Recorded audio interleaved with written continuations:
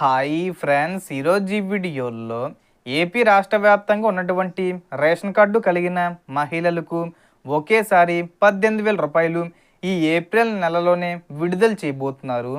ఈ ఆడబిడ్డ నిధి పథకానికి సంబంధించి ఒకేసారి 18,000 రూపాయలు విడుదల చేస్తారా, లేక ప్రతి నెల 1,500 రూపాయలు ఇస్తారా? ఈ పథకానికి సంబంధించిన అప్లికేషన్స్ ఎప్పుడు ప్రారంభిస్తారు, డాక్యుమెంట్స్ ఏంటి? సో దానికి సంబంధించిన పూర్తి ఇన్ఫర్మేషన్ ఈ వీడియోలో తెలుసుకుందాం. సో ఆంధ్రప్రదేశ్ రాష్ట్రంలో మహిళల సంక్షేమానికి సంబంధించిన కీలక హామీల్లో ఒకటైన ఆడబిడ్డ నిధి పథకం గురించి ప్రస్తుతం పెద్ద ఎత్తున చర్చ జరుగుతుంది. ఎన్నికల సమయంలో చంద్రబాబు నాయుడు గారు ప్రతి అర్హత కలిగిన మహిళకు నెలకు 1,500 రూపాయలు ఆర్థిక సహాయం అందిస్తామని ప్రకటించిన విషయం తెలిసిందే.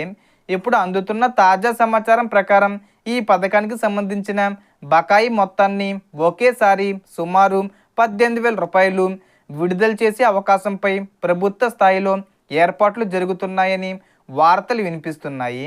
అయితే అధికారిక ప్రకటన వచ్చే వరకు దీన్ని తుది నిర్ణయంగా కాకుండా అప్డేట్గా మాత్రమే భావించాలి. ఇక ఈ పథకం అర్హతల విషయానికి వస్తే సాధారణంగా ఆంధ్రప్రదేశ్ రాష్ట్రానికి చెందిన మహిళ అయి ఉండాలి. కుటుంబం ఆర్థికంగా బలహీన వర్గానికి చెందినదై ఉండాలి. ప్రభుత్వ నిర్ణయాల ప్రకారం వైట్ రేషన్ కార్డు లేదా అర్హత గుర్తింపు ఉండే అవకాశం ఉంది.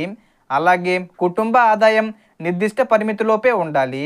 ప్రభుత్వ ఉద్యోగులు లేదా ఆదాయ పన్ను చెల్లించే కుటుంబాలు సాధారణంగా ఈ తరహా సంక్షేమ పథకాల నుంచి మినహాయింపు పొందే అవకాశం ఉంటుంది.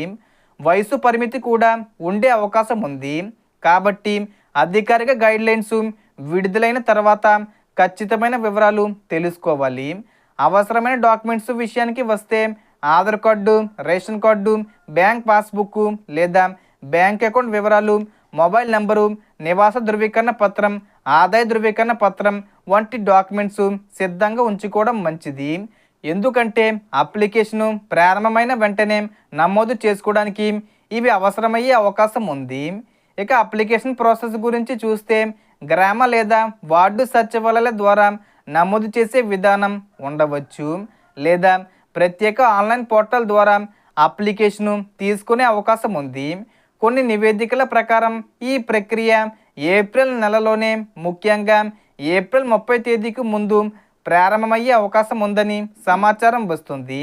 కానీ అధికారిక నోటిఫికేషను వచ్చిన తర్వాత మాత్రమే ఖచ్చితమైన తేదీలు తెలిసే అవకాశం ఉంది. కాబట్టి ప్రజలు ప్రభుత్వ అధికారిక ప్రకటనలను మాత్రమే ఫాలో కావాలి. మీ ప్రాంతంలోని సచివాలయం లేదా అధికారిక వెబ్సైట్ల ద్వారా నిజమైన సమాచారం తెలుసుకోవడం చాలా ముఖ్యం.